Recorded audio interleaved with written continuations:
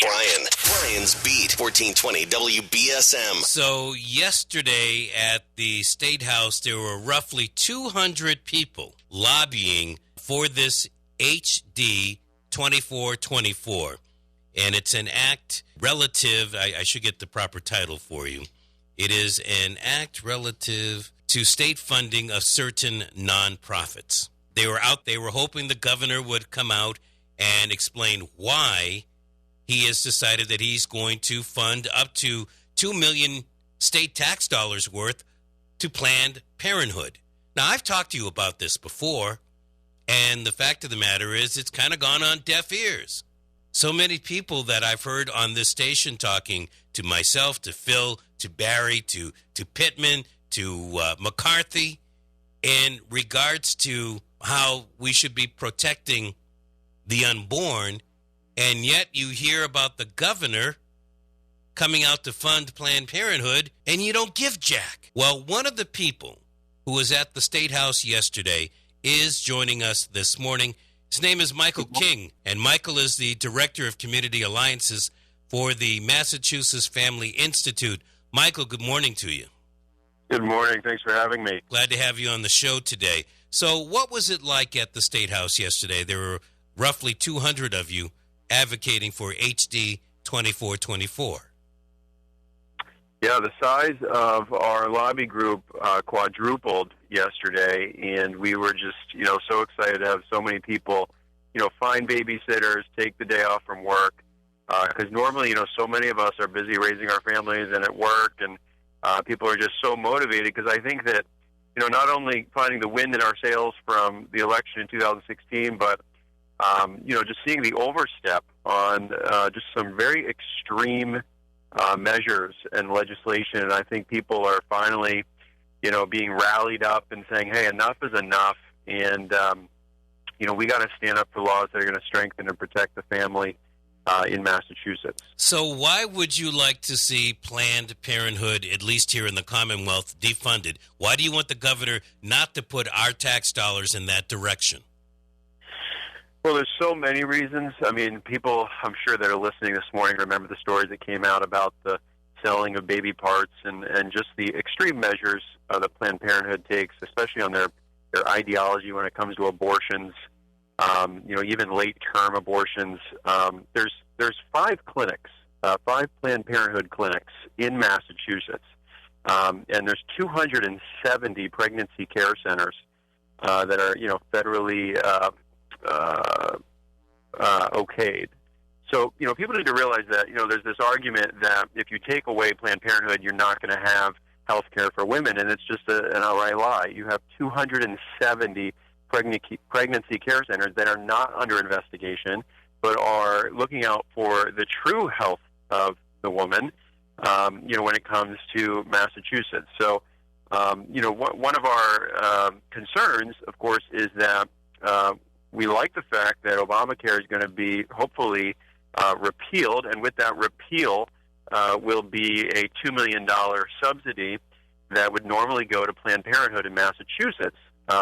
So that's a good thing, but now the governor has stepped in and said, okay, well, if Obamacare is repealed and the $2 million subsidy goes away, we will take the tax dollars from Massachusetts residents and we will fill in the gap so that, the Planned Parenthood, the 5 clinics in Planned Parenthood can still have that $2 million subsidy.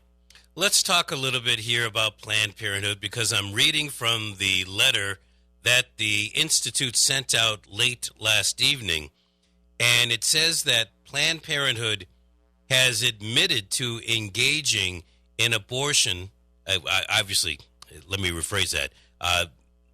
That they altered their health care funding and their abortion procedures to illegally sell baby body parts.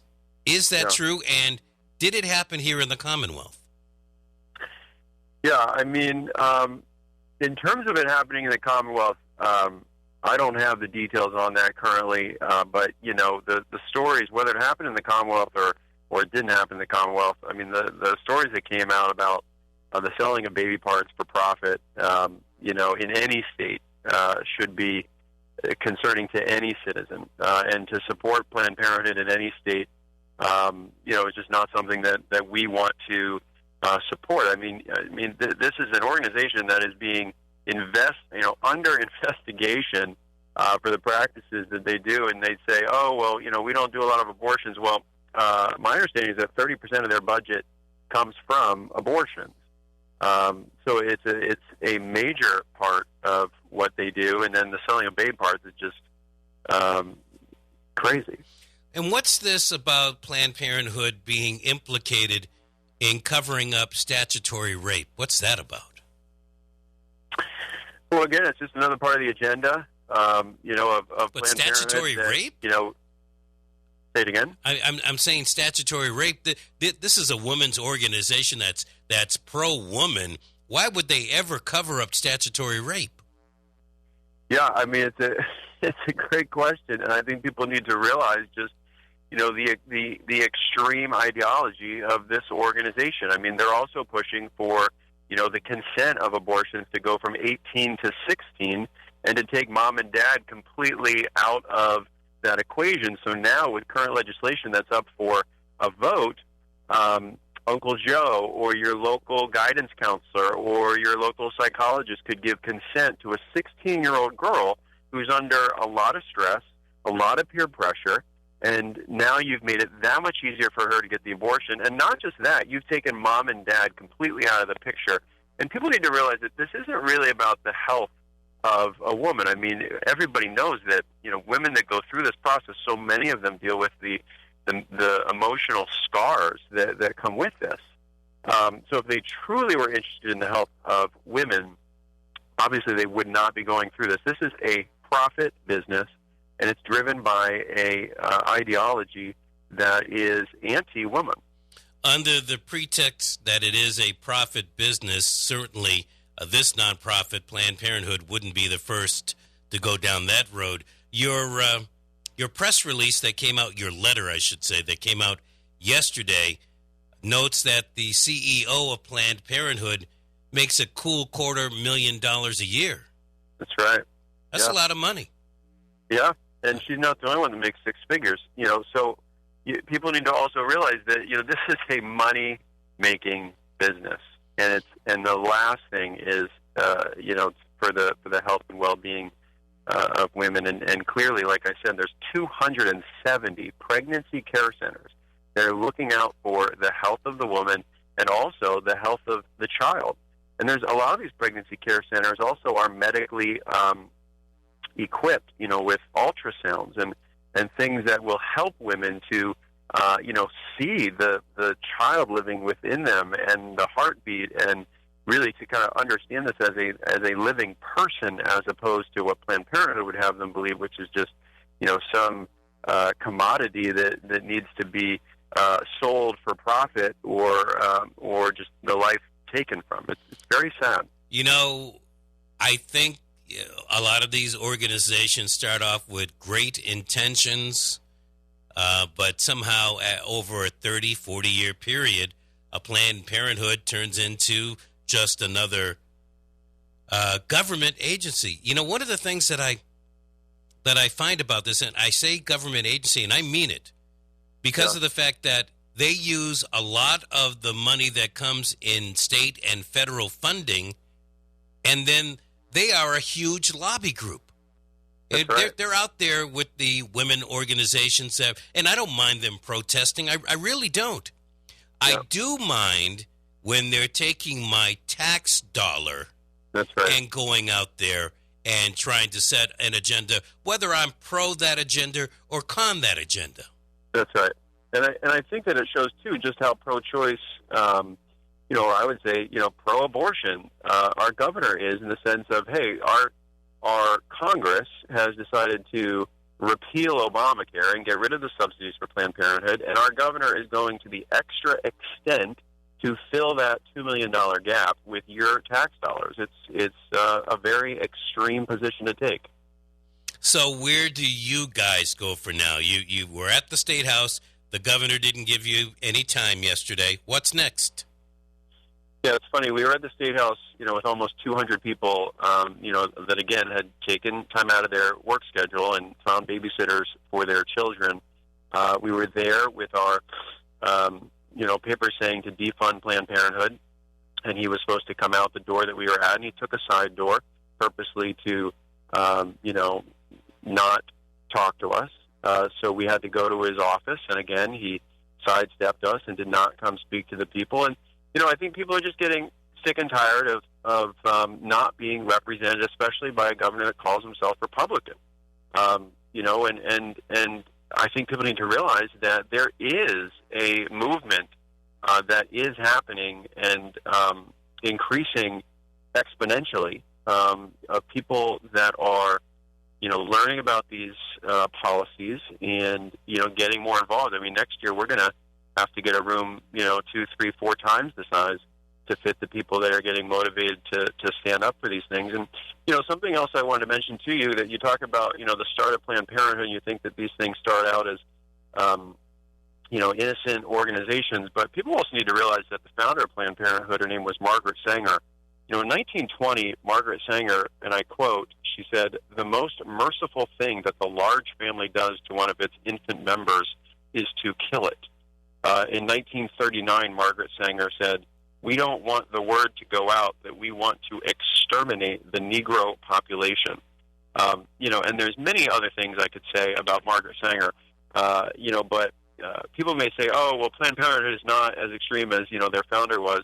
But if you, peel back the layers of this onion, you will find that there are many similarities to the ideology of its founder. Would you like to take a call or two, Michael?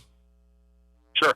Michael King is the Director of Community Alliances with the Massachusetts Family Institute. Hello, you're on with Michael. Good morning, Brian. Morning. Please guest. I thought I was listening to a radio show the other night, and I thought I heard somebody call up from New York City somewhere, and they said that their son had been going to school, college, or university somewhere in New York State or within hours of New York City. And they said the kid got depressed, and so he went to a college therapist, and the therapist sent him to Planned Parenthood to get hormone treatment to turn himself into a woman, because apparently he was self-identifying as a woman. Are you aware of them providing those services?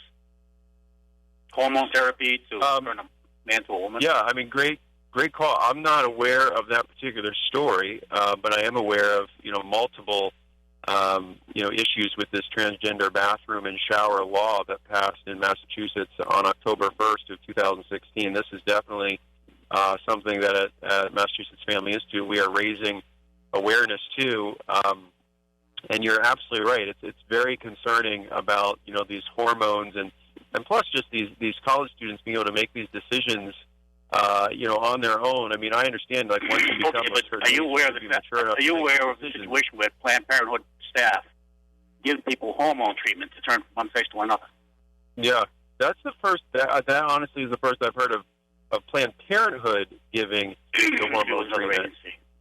But I wouldn't be surprised. It's obviously something that is going on, and many people need to realize that a lot of these girls that are identifying as boys and taking these testosterone hormones, what they're doing many times is sterilizing their bodies, and the very gift that's been given to them to have a child is being stolen from them because of a perverse ideology that our culture is saying, we no longer are men and women, but we're on some kind of spectrum of manness and womanness.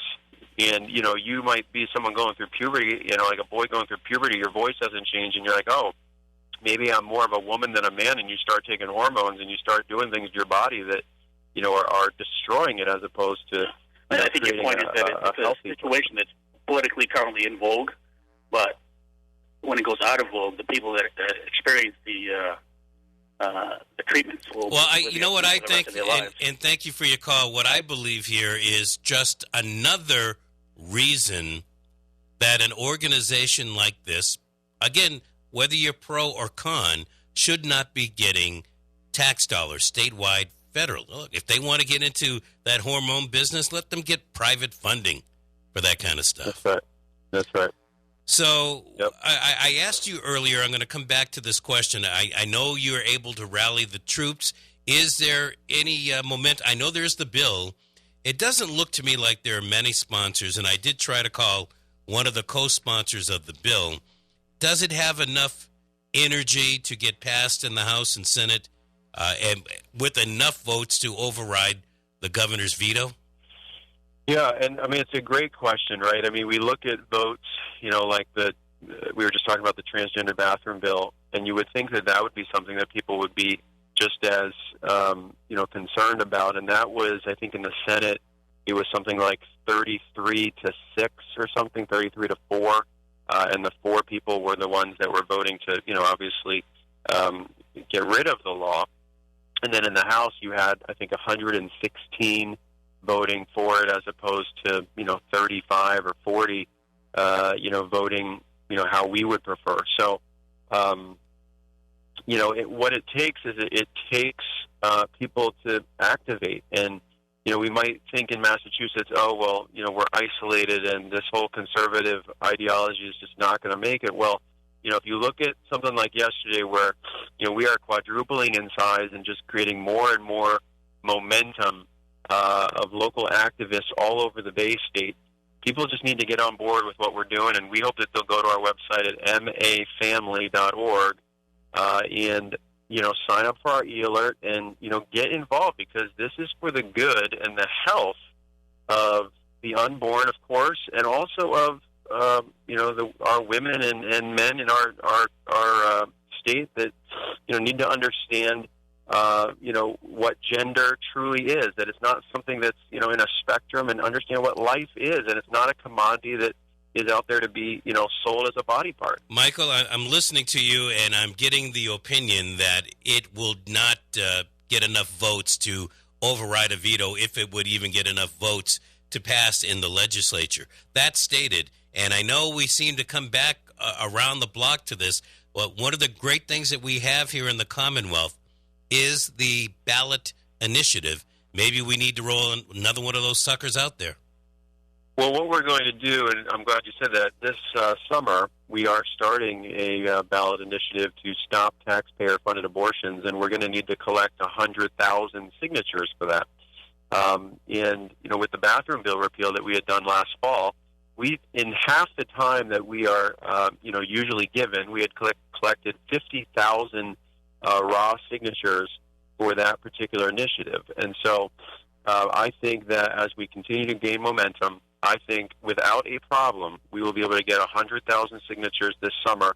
And then there'll be a constitutional process, because we will need, as I understand, a constitutional amendment to make this happen. So it is a bit of a process. We're going to have to get, I think, a quarter of the votes in the House and the Senate, and not a quarter in the Senate. There's 200 between the House and the Senate. There's 200 people, right? So correct. We would need to get 50 votes of that 200 group, and we already are getting 30 to 35 on this on many of these social issues. So to get 15 more is not out of the question. And I believe as the research has shown, there's at least 60 districts in Massachusetts that lean conservative.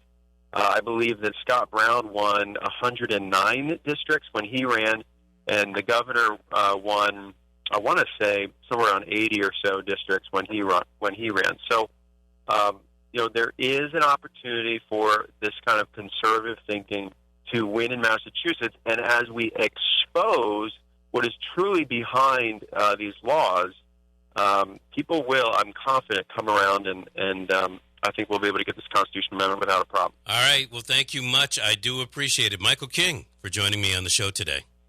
You're welcome. Thanks for the opportunity. Okay, Michael King. He is the Director of Community Alliances for the Massachusetts Family Institute. By the way, when we think about the funding for Planned Parenthood, about $2 million, $2 million of your tax dollars, George Soros gave $246 million to women's protest groups. $246 million. Must be nice to have some spare change in the old pocket.